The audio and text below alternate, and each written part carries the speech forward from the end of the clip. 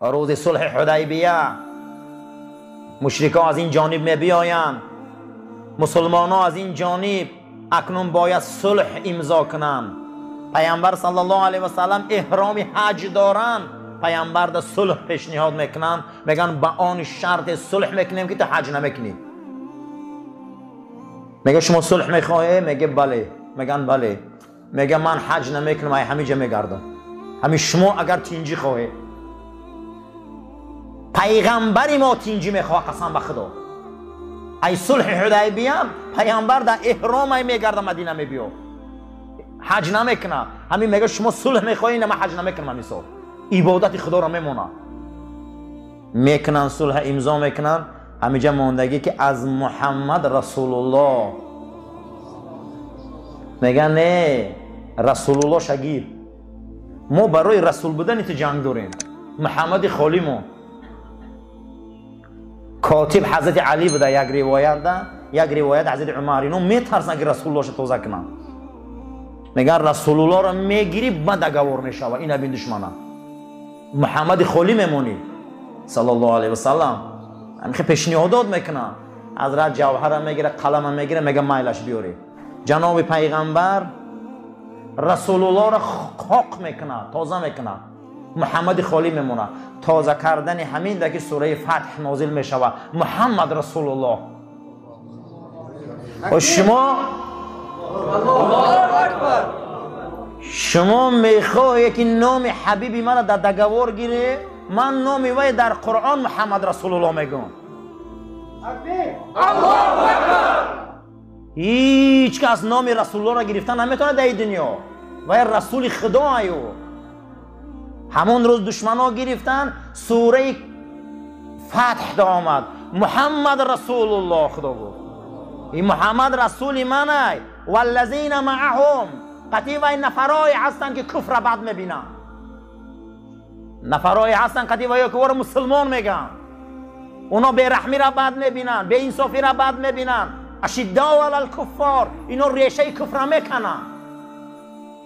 الحمدلله از او سرزمین بخارای ما مسلمان زمین شد. مقصد که خدا داده رسول اکرم، این به انتخاب ما نشده. ما امتی او شدگیم، شکر کنیم. همون روز نام پیغمبر رسول بودنش در صلح حدیبیه میگیرن، تازه میکنن، اما خدا در تاریخ میگه محمد رسول الله. و من انتخاب کردم میگه خدا. تو میخواهی، تو نمیخواهی، تو حکمی او را بد میبینی، تو شریعت او را قبول میکنی نمیکنی، شریعت او در دنیا میمونه. میخواهی نمیخواهی میمونه. خیلی ما هممون از طفیلی نکاح شریعت او به دنیا آمدیم. یک مورچه میبیاید سلیمان پیغمبر من میکنه، داستانش در قرآن است. یک مورچه سلیمان پیغمبر من میکنه. لشکری سلیمان پیغمبر میگه که ایتا نگذر که مورچه های ما کار میکنیم، تو ما را میجقی، او را خدی گذر. یک سلیمان پیغمبر مورچه گردن نمیته که مهمانت میکنم. میگه تو میدونی من چند قدر سپاهی دارم، تو میدونی که من چند قدر پیشروی دارم، من حکمت عجینه دارم، من حکمت اینس دارم، من امروز ملک دنیاام. مرا تو میدونی سیر کرده میتونی منه؟ بچی میته اینون؟ گوده یا ملخ بسایتا، همون ملخش که گردن نمیته بو. موره شنیده ای که سلیمانی وقت را بر عقد خود برانی ملخ کرده مهمان. تو فهمیدی میگه سلیمان با این قدر حکومتش مورچه میگه که یک لینگ ملخ خدی سیرت میکنم. معنیش اینه که همت بلند گیره. سلیمان مورچه پس نمیبرده پیشش. با وجوده که ما 124,000 پیغمبر در یک روایت داریم، 360,000 پیغمبر در یک روایت دیگر داریم. یگان پیغمبر مردنش در قرآن آمدگی نیست. یک پیغمبر مردنش در قرآن آمدگی سلیمان است. یگان پیغمبر مردنش در قرآن نیامده. حتی که دیگهای آش میپختگی سلیمان قدی شورباش الپینیستان میشوشتیان با بندا خمیده. قادرات و سیاد میگه قرآن. دیگاش میگن میخه به بندو میخمیدین میشوشتین که هر یک دیگش تا 33 متر در زمین بده. انا میخه نون میداده. حکومت دنیا در دستش بود، جین در دستش بود، پرنده ها، چرنده ها، رستنی ها گپ میزنن. اما خدا انا میخل پیغمبری بزرگه که یگان پیغمبر ایخل قدرت نداده. خدا مرگش در قرآن میبیاره، در سری عصا جانش میگیره. این برای ما عبرت است. یگان پیغمبر مرگش در قرآن نیامده، فقط سلیمان. میگه ای ثروتمندا، امروز دنیا حسابات کرده برآمدین تمام ثروت دنیا 8% ثروت سلیمان بوده. انا میگه ثروت داشته، 600 تا زن داشته حضرت. عبادتخانه میندازه، زمین قدس میندازه، حکومت خدا، لشکر خدا. شمال خطی و گپ میزنه، آسمان ابرها گپ میزنن، زبانی همه چیز سلیمان میدونه. در سر منسعه عصای حکومتش جانش میبره، 40 روز میایسته. بعد از او خدا موریانه کرمی چوبخره امر میکنه که عصاش بخویه که خواهیده تگی دستش میبره که عصا میشکنه و سلیمان از عصا میبیا در زمین میزنه. نه حکومت عجینه میمونه و نه حکومت اینس. خدا میگه دولت سلیمان به یک کرمی چوخر شکست دادو. ما در پیش قدرت خدا هیچیم، قسم به خدا. یک ویروسی کرونا برآمد، اثبات کردین که یک شکل را میگیری، جدول شکلش هم میدونی 1 میلیمتر 1000 تقسیم میکنی، 10,000 تقسیم میکنی، ای 10,000 تقسیم یک دانه همون کرونا ویروس بوده. ایرپورت های دنیا را بست، سلام کنی را بسته، آغوش را بست، در فوک همه ملطبه. سلام نکی میگذاره، ای نفس میگذاره، نشینی میگذاره، این نکنی میگذاره. میلش جنازه ها را بست. مردم جنازه های دوستاش هم به طریق ایما و واتساپ دیدن. آدمایی که 40-50 سال در خانه هاشون خدمت کردن، حتی حوالیاشون درآوردنی نموندن شونا. یک همین قدر ما شر نیست اگه جبرائیل همین با یگان سپاه اسب زمین بیاید. یک ویروس کرونا کسی نمیبینه دنیا را میبنده. سلیمان پیامبر یک کرم دولت شکست میتیه. همون روز منسعه را میشکنه، همون تا میغلطه در زمین، تمام حکومت از دست میروه. از این ذات حتی پیامبر دیگه نمیبیا. ما از خدایم، به سوی خدا باز میگردیم. همه چی ای خدا های. این سلامتی از خدا های، این اندام از خدا های، این جسم از خدا های، این زمین از خدا های. قسم به خدا این نیرو از خدا های. لا حول ولا قوت الا بالله. هیچ یاردم کننده در ثواب نیست، هیچ بازدارنده از گناه نیست مگر او خدای عظیم حق. او امروز ما را نیرو داد که ترابه آمدیم، او پیش ما را کشاد که ترابه آمدیم.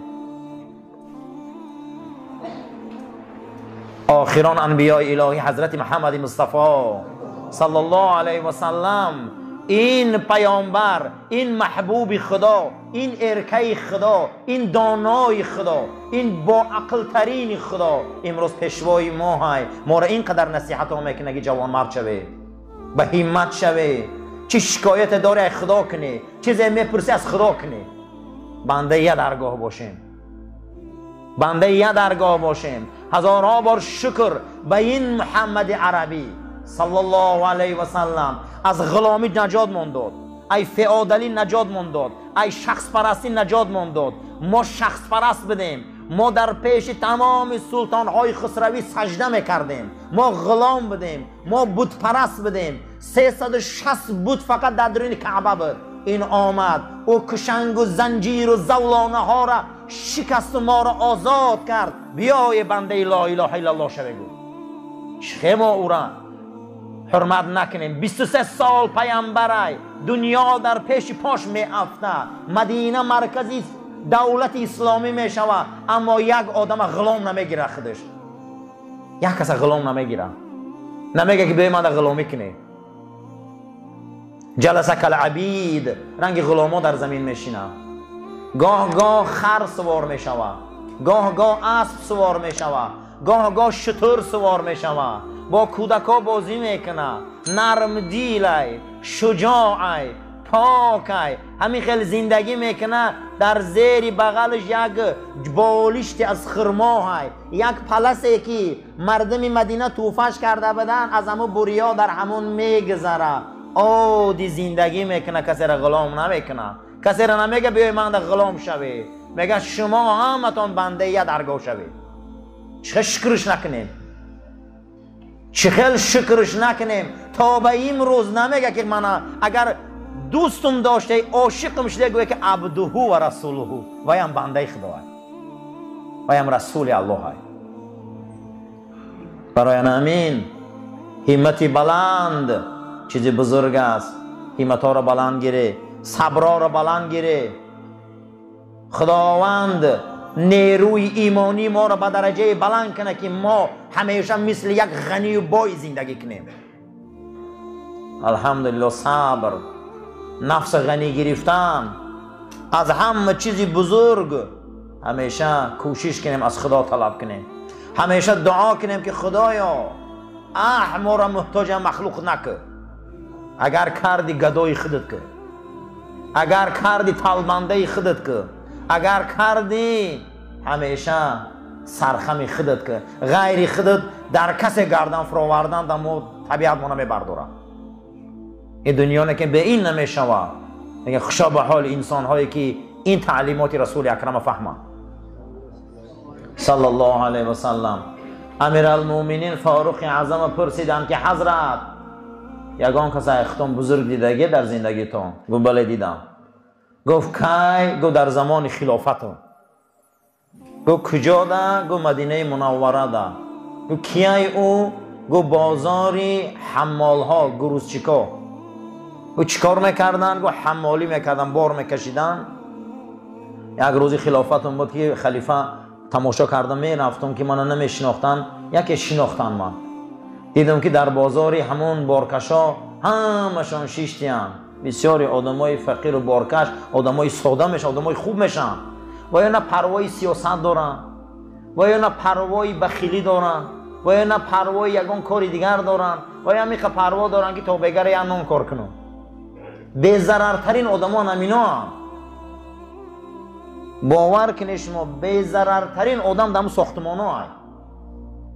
همین ما دم ساختمان ها بودیم، باور کنید خب آدمایی بودن هر یک معویزه تا روز گریه میکردن زمان ها بود. با هم کمتر آدم با پایانتر میبیایی، آبادیتر میبیایی، آدمای نفسدی میبیایی، تمام فتنه را با در همینا میبینی. همین آدمای دل شکسته همو جا آدم میشوند. بیشتر بزرگان میگفتن که ایمان و عمل در کوهستان کو. اما آدمای کمتر با همین روشنی و همین پیشروی دورتر باشن، همه گیره میکنن برای کمتر یک امر معروف. همه دلای صاف دارن، همه عشق علاقه دارن. و میگه دور آمدم بینشان در شیشتم که همشان استادگی. کمی قدشان صحبت کردم، بیرون برآمدم، در بینشان یک تاش با خرابینه. با همین کیستم میگه انداختم و 3 تنگه طلا بود در کف دستش پرتافتم. بعد رفتم میگه حضرونی بازار خبر گرفتم در زمان خلافتم بیرون میبرآمدم که سیله از حمال ها، همین باربردارا، گروزچیکا جمع شدیان و بینشان جنجال دارن.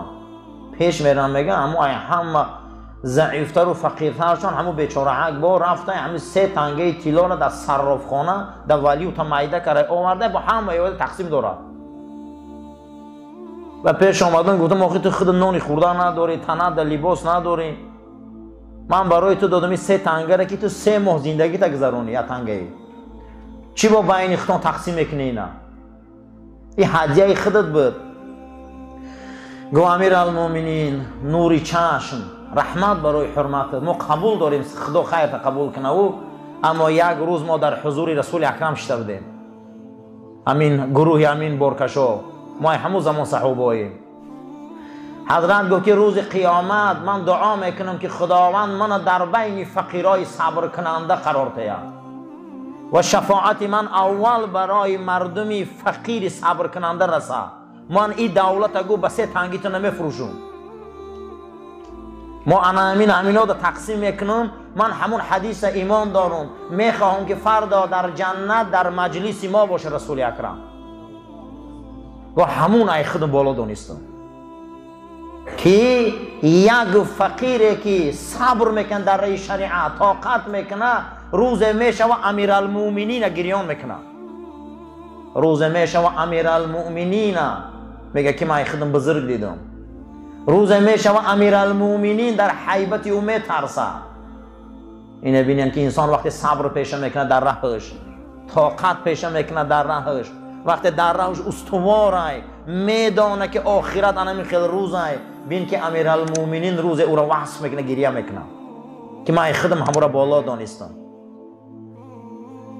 روز حاتمی تای 1000 شتر میکشه برای بزرگای عرب که احسان خره مردم خیر و فاتحه خوانند بعد از اون میگه بیرون برآمدم به صحرا رفتم خارکنی را دیدم که دستاش در درون خون ای خارها و خار جمع میکنه و خار در بازاری یمن آورده یک روایت یا در بازاری لخم آورده میفروشه عراق بعد از او حاجت چمه برآورد میشناختمش گفتم خارکن امروز حاتمی تای 100 شتر کشته برای بزرگای عرب نام داده چرا ترا نمیبینم که در دسترخوانی او بخوری و آشامی و راحت کنی میگه سر برداشت و گفت همین یک درزه خاری را میبرم در بازار میفروشم 4 تنگه به از حکمت حاتمه حاتم میگه از فرامدم و یک عمر همین گونه جوان مرد به همت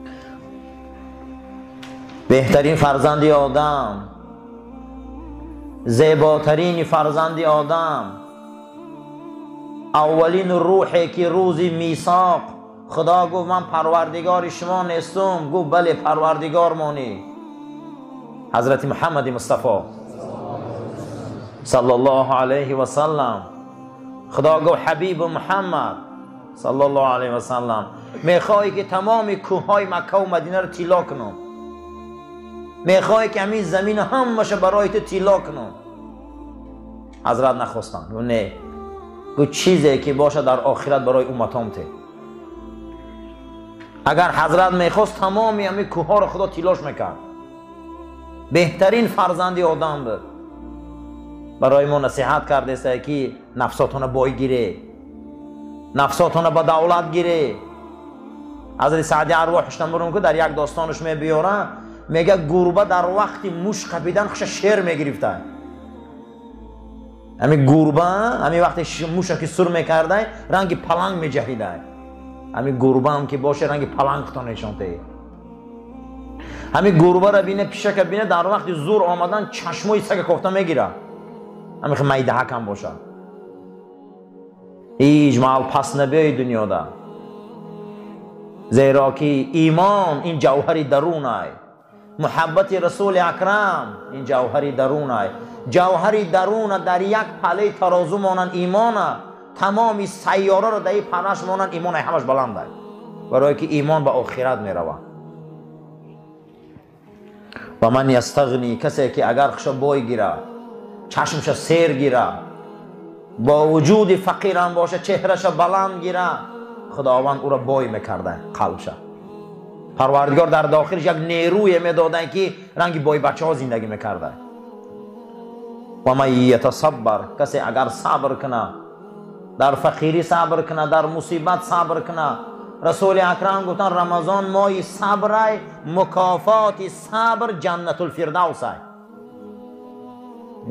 قرآن حکایت میکنه جنت الفردوس کیان امتی محمد صلی الله علیه و سلم قرآن میگه یریثون الفردوس اینها وارثای فردوسن الحمدلله ما وارثای فردوسیم که در بین جنت الفردوس در بین عرش رحمان ای ما وارثای اویم کسی اگر صبر کنه خدا او را در صبر یاردم میکنه کسی اگر صبر میکرده خدا او را در صبر یاردم میکرده حضرت بعد از او فرمودن و ما اعطا احد یگان چی را برای شما سر ثواب یگان چی را برای شما سر عمل و یگان چی را برای شما فایده بخش مثل صبر ندیدم امتم صبر همیشه کنه صبر چیزی بزرگه صبر نمک ایمان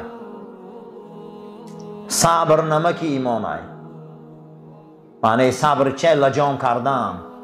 در بسیاری حالات آدم باید خش لجام کنه. همت شیخون بالا دانستن که خارکنی شیخوتن بالا میدونه. ابو سعید خدری صحابه رسول اکرم صلی الله علیه و سلم فرمودند که مردمان از مدینه منوره آمدن از پیغمبر خدا حاجت پرسیدن، حضرت دادشانه. بعد از او با آمدن حضرت دادشانه. بعد از او با آمدن حضرت دادشانه. پیش پیغمبر دیگه هیچ چیز نموند. بعد از او پیغمبر خدا صلی الله علیه و سلم گفت یگان چیز از غنایم صدقه دیگه هیچ نمونده که ذخیره باشه شماها دادیم، هیچ نمونده. گفت بعد از او حضرت گفت کسی که اگر همتش بلند گیره خدا او را یاردم میکنه. الحمدلله. همین به خاطر دنیا بسیار گدو نشوی. پیغمبر همو رو تنبیه دادن که پس نشوی، بعد اومدن میگیری. اگر کسی عفت پیشه کنه گو همت پیشه کنه خدا او را عفت میتیه، خدا او را یاردم میکنه در غیرت. همین بعضی آدم ها گشنه نخشان سیر گرفته میگردن اما خدا یاردمشون میکنه بود. اما پیغمبر همین خیلی جنجالشون کرده با اومدن میگیری و خیلی خیرگی کرده.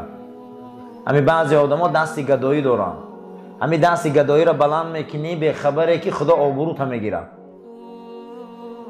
حضرت میگه در جواب گفتن که و من یستعفف یعفه الله. کسی اگر عفت پیشه کنه، همت پیشه کنه، جوان مردی پیشه کنه خدا او میتیشه.